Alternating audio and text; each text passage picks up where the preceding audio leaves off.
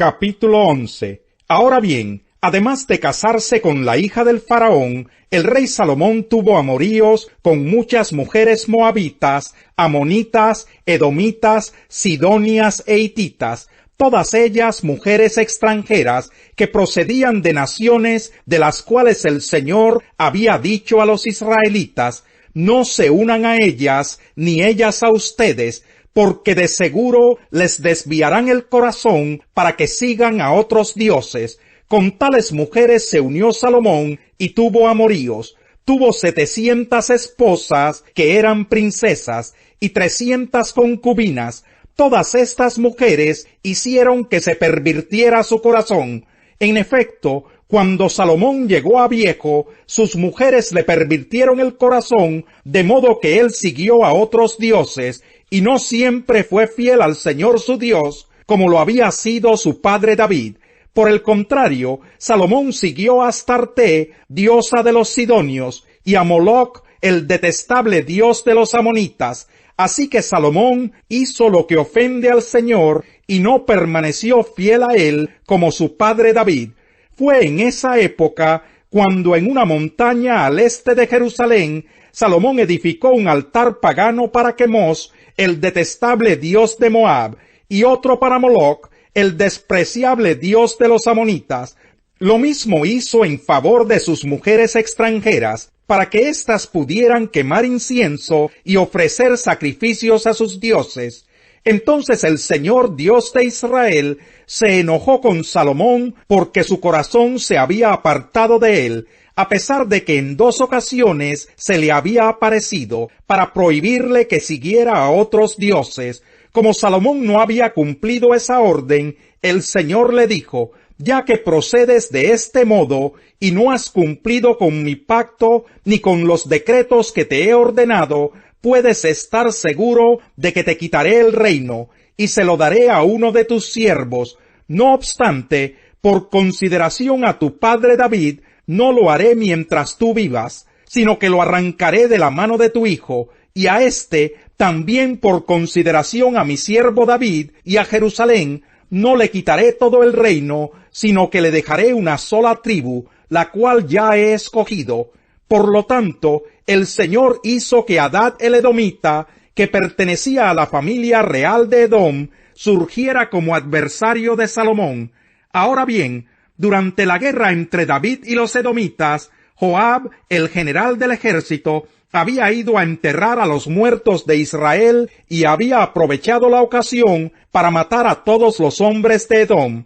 Joab y los israelitas que estaban con él se quedaron allí 6 meses, hasta que exterminaron a todos los varones edomitas. Pero Hadad, que entonces era apenas un muchacho, huyó a Egipto con algunos oficiales edomitas que habían estado al servicio de su padre.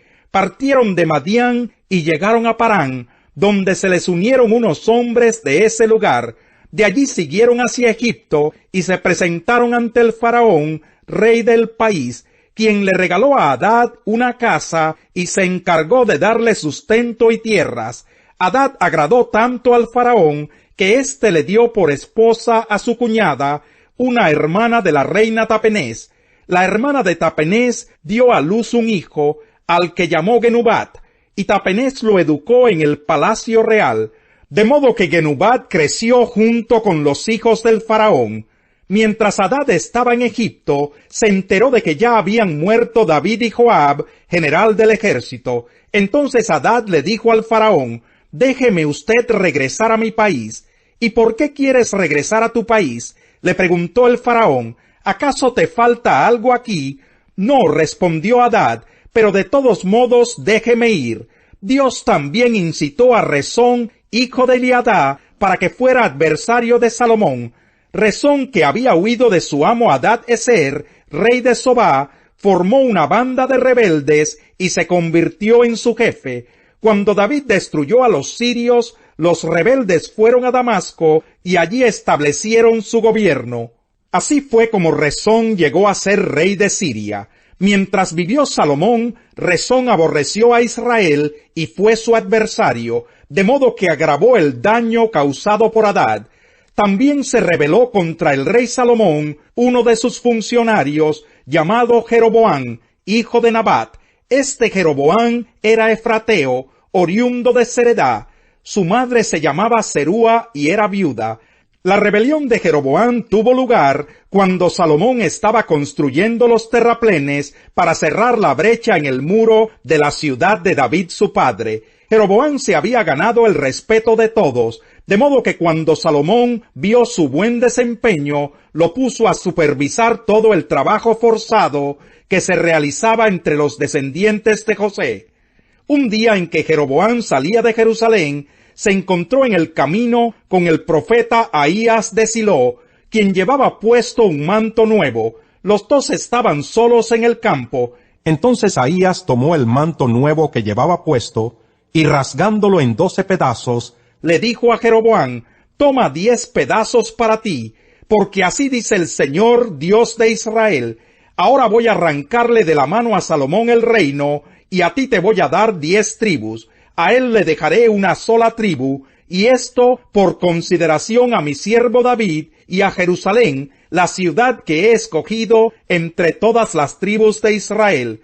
Voy a hacerlo así porque él me ha abandonado y adora a Astarte, diosa de los sidonios, a Quemos, dios de los moabitas, y a Moloc, dios de los amonitas. Salomón no ha seguido mis caminos, no ha hecho lo que me agrada, ni ha cumplido mis decretos y leyes, como lo hizo David su padre. Sin embargo, no le quitaré todo el reino a Salomón, sino que lo dejaré gobernar todos los días de su vida, por consideración a David mi siervo, a quien escogí y quien cumplió mis mandamientos y decretos. Le quitaré el reino a su hijo, y te daré a ti 10 tribus. Pero a su hijo le dejaré una sola tribu, para que en Jerusalén, la ciudad donde decidí habitar, la lámpara de mi siervo David se mantenga siempre encendida delante de mí.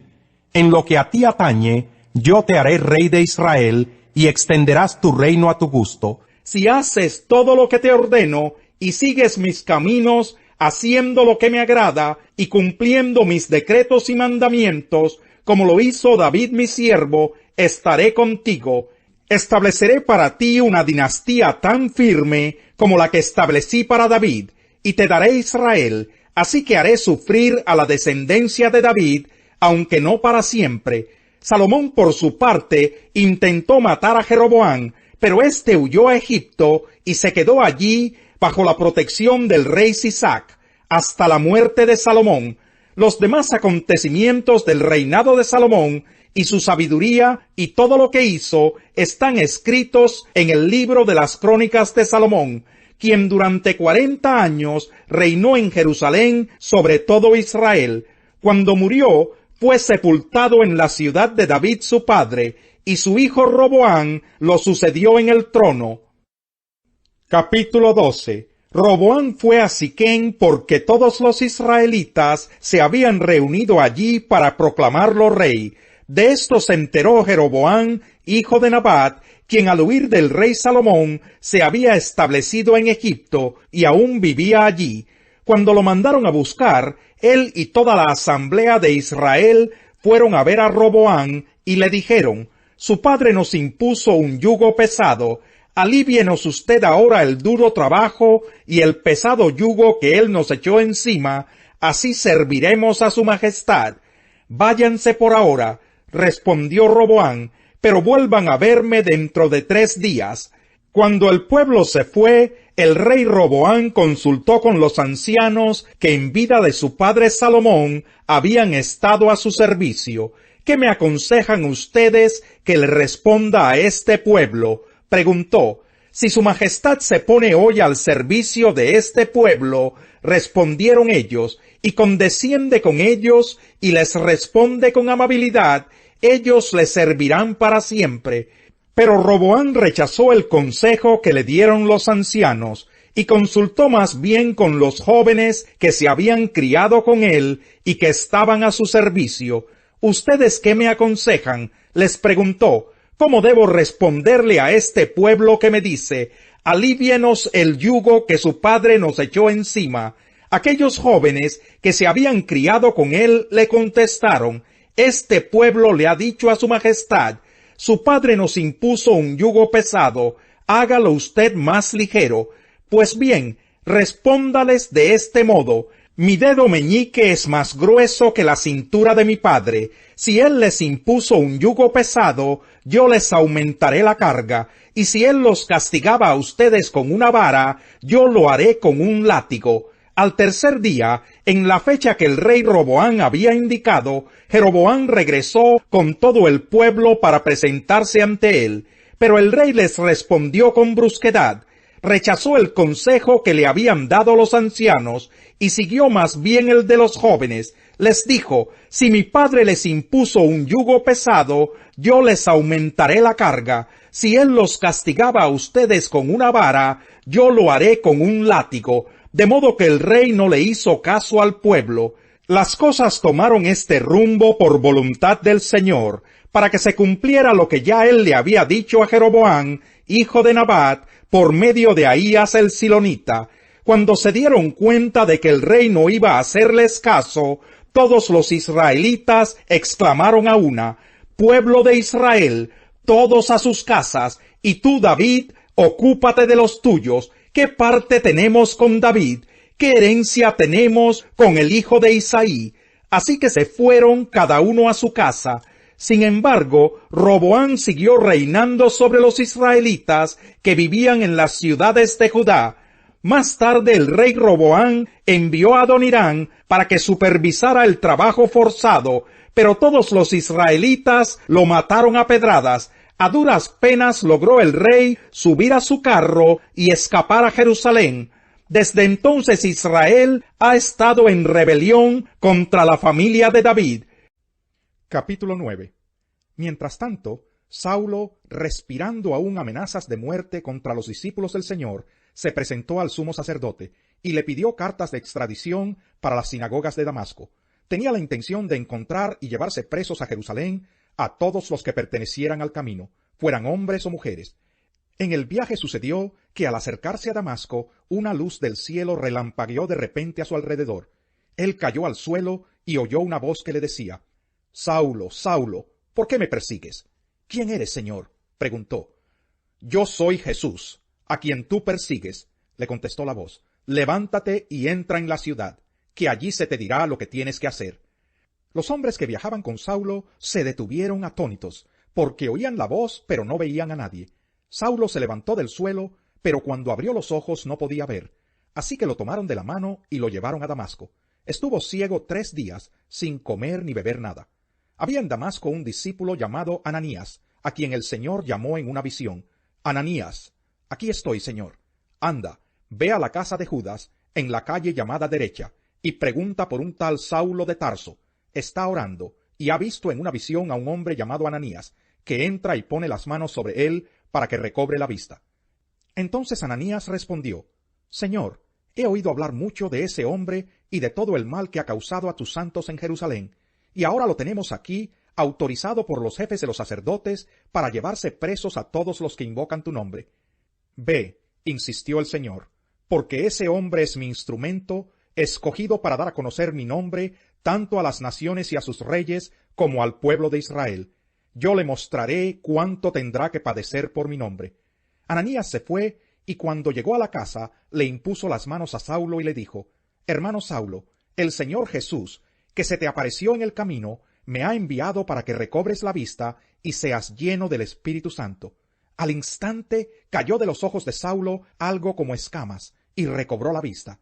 Se levantó y fue bautizado, y habiendo comido, recobró las fuerzas.